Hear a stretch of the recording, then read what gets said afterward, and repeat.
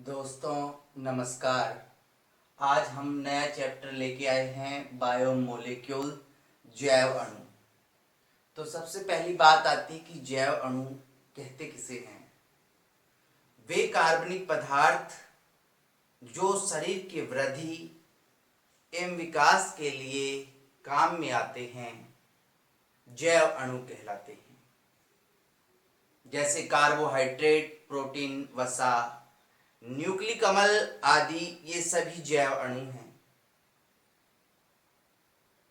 हम अब कार्बोहाइड्रेट का अध्ययन करेंगे।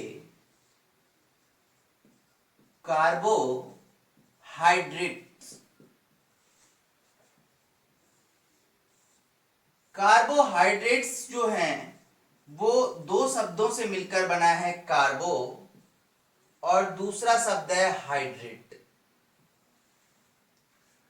तो सबसे पहले कार्बो का मतलब है कार्बन और हाइड्रेट का मतलब है जल, वाटर।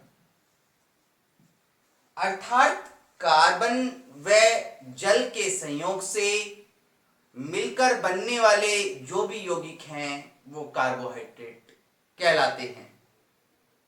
जैसे ग्लूकोज, जिसका सूत्र C6H12O6 है। फ्रक्टोज, उसका सूत्र भी यही है। Sucrose C12H22O11। ये सभी कार्बोहाइड्रेट्स हैं। लेकिन जरूरी नहीं है जिसमें कार्बन, हाइड्रोजन, ऑक्सीजन हो वो सभी यौगिक कार्बोहाइड्रेट्स हों। इसके कुछ अपवाद भी हो सकते हैं। जैसे CH3COOH, ये कार्बोहाइड्रेट नहीं, ये एसिटिक अम्ल है, लेकिन इसमें कार्बन और हाइड्रोजन, ऑक्सीजन तीनों है। एसिटिक अम्ल, फॉर्मिक अम्ल, ये कुछ अपवाद हैं जो सूत्र तो वही रखते हैं जो कार्बोहाइड्रेट्स रखते हैं, लेकिन उनकी श्रेणी में नहीं आते। अब हम ये जानेंगे कि कार्बोहाइड्रेट्स कहां से प्राप्त किए गए। प्राप्ति स्थान या प्राप्ति जो स्रोत हैं, तो कार्बोहाइड्रेट्स पेड़ पौधों से प्रकाश संश्लेषण की प्रक्रिया के द्वारा प्राप्त होते हैं। जैसे आप गेहूं, मक्का, बाजरा, जो भी चीजें खाते हो सभी कार्बोहाइड्रेट्स हैं। और पादप प्रकाश संश्लेषण की प्रक्रिया के द्वारा इनका निर्माण करता है। अब इनका महत्व क्या है कार्बोहाइड्रेट्स का, तो आपको भी पता है। भोजन किस लिए करते हैं? ऊर्जा प्राप्ति के लिए।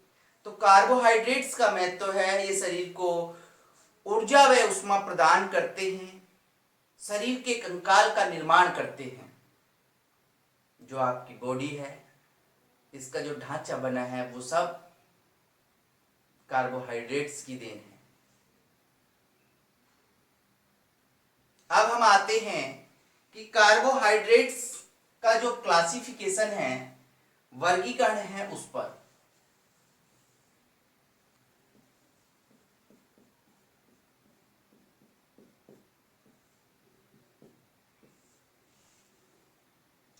तो इसमें हम सबसे पहले लेते हैं भौतिक गुणों के आधार पर। तो भौतिक गुणों के आधार पर कार्बोहाइड्रेट दो भागों में वर्गीकृत किया गया है।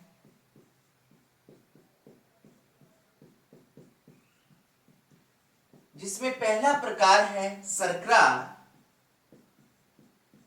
और दूसरा प्रकार है अशर्करा। नाम से ही स्पष्ट है, वे कार्बोहाइड्रेट्स जो स्वाद में मीठे होते हैं, जल में विलयशील होते हैं, श्वेत होते हैं, क्रिस्टलीय होते हैं, शर्कराएं कहलाते हैं। जैसे ग्लूकोज, फ्रक्टोज, ये सब शर्कराएं हैं। दूसरा प्रकार जो है शर्करा है, वे कार्बोहाइड्रेट जो है क्रिस्टलीय होते हैं, जल में अविलय होते हैं, स्वादहीन होते हैं। मीठे नहीं होते। अशर्कराएं कहलाती हैं, जैसे स्टार्च, सेल्यूलोज, ये अशर्कराएं हैं। अब हम रासायनिक संगठन व जल अपघटन के आधार पर जो दूसरा भाग है वो लेंगे।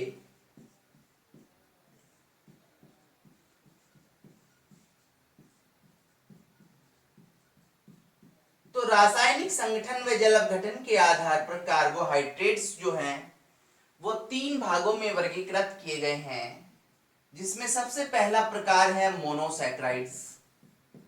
वे कार्बोहाइड्रेट्स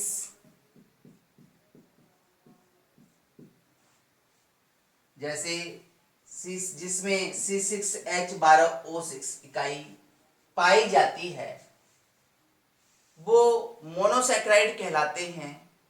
इनका जल अपघटन नहीं होता, जल अपघटित होकर के ये और अधिक मोनोसैकराइड इकाइयां नहीं दे सकती। C6H12O6 इसके पास एक ही इकाई है। जैसे ग्लूकोज, फ्रक्टोज, ये मोनोसैकेराइड्स हैं। दूसरा प्रकार आता है ओलिगोसैकेराइड। वे कार्बोहाइड्रेट्स जो जल अपघटित होकर के 2 से लेकर के 9 मोनोसैकेराइड इकाइयां देती हैं, ओलिगोसैकेराइड्स कहलाती हैं। जल अपघटित होकर के जो 2 से 9 तक मोनोसैकेराइड इकाइयां देंगी वो ओलिगोसैकेराइड्स कहलाएंगी। जैसे माल्टोज आ गया, इसमें सुक्रोज आ गया इसमें। तीसरा जो प्रकार है वो है पॉलीसैकेराइड्स। पॉलीसैकेराइड्स वे कार्बोहाइड्रेट्स हैं जो जल अपघटित होकर के 10 या 10 से अधिक मोनोसैकेराइड इकाइयां देते हैं, वो पॉलीसैकेराइड्स कहलाते हैं। जैसे स्टार्च, सेल्यूलोज इसके अंतर्गत आते हैं।